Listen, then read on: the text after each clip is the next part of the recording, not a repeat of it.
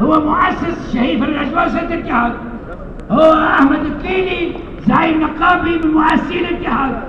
هو الحبيب عاشور مرحوم الحبيب عاشور زعيم وقائد الحركة بتاع 5 أود، بطل 5 أود. نفتخر بتاريخنا وسنعمل تاريخ، وتاريخنا مجيد.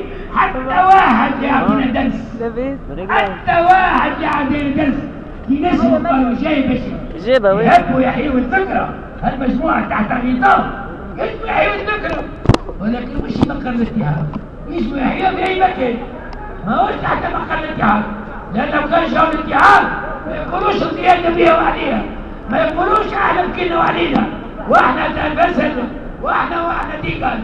هل هذا نقابي يجي باش يحيي الذكرى 60 الاغتيال او استشهاد زعيم نقابي بحجم والتاريخ بلد عشان يجي يقول يا قياده ديكاج، يا قياده بيكم القياده اللي بيهم شراوا اهل منتخب مؤتمر الفرقه وعندنا شريعتنا، هم يلوجوا على الشريعه بتاعهم ومحرام، ولكن الشريعه الوحيده الموجوده في البلاد هو المجلس التاسيسي. هذا يتخيل وزير الحكومه راهو تبقى هو باش يكون الحكومه. انا ما نظنش نلقاو بخلاف بعض ما نظنش، انا ما نظنش اللي ما يعرفش السياسه كحاجه. لا لي ما فيش هذا تفكيري واللي ترجمته. ايش مطلوب من اليوم؟ كلكم العلم اليوم في هيئه طارئه شكل هيئه الجوي باش نتكلم شويه. انا في 11 شهر عملنا إدارية طارئة وقررنا الرابع 15 نحب نحيي كل منخرط ونحيي كل منخرطة نجاح برابط الشعبي 2001. أكبر قوة في البلاد. الهيئة الإدارية الهيئة الإدارية الشعبي. أنا نجي مش فاهمة ايش رد بالك لا تدمغجك. كل واحد عبر الراجل وديك نجم نقول ما كنت بيجي قرر لما قررنا. كنا عندنا إدارية وعندنا تقاليد ديمقراطية وعندنا كل واحد عنده رأي وكل واحد عنده موقف. اليوم نحب نبيكم هذه إدارية بالكامل عامة سريعة قررت أضراب شيء ويقول واحد.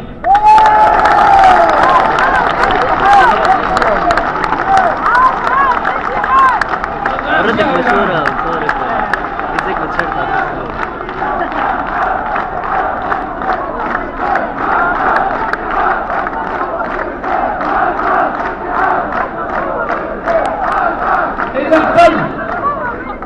إذا اقبلنا سكتنا على كل تهجم الاتحاد وتهميش الاتحاد بأطراف معينة في مقابل البلدية في مقابل الاتحاد في مسيرنا كهونا بالعنف ثم رب العصر وشكون من العنف وشكون اسباب العنف وشكون يحب العنف. أكبر دليل كما عملوا سابقا أكبر دليل ريتوه أنتم بالتنسى. أكبر دليل في وسائل الإعلام شكون جاي يعمل له ولا الآخر نحن نخيفه واللي تاريخيا ما صارش لا في عهد الوليد ولا في عهد فلان ولا في عهد خلافات.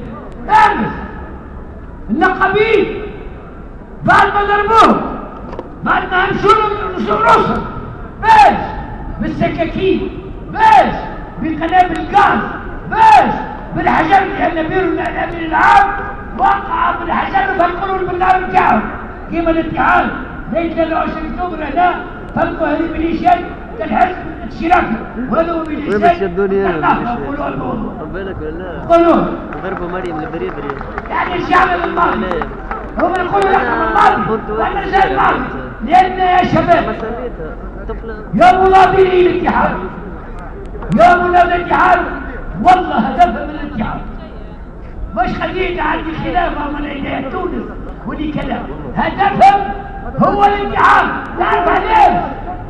لأن الاتحاد هو اللي قاد الحركة، الاتحاد هو اللي عطل الثورة، والاتحاد مش يكون معناتها صرخة صمام سخرة هم مرصاد لكل من ماشي يلف ويلف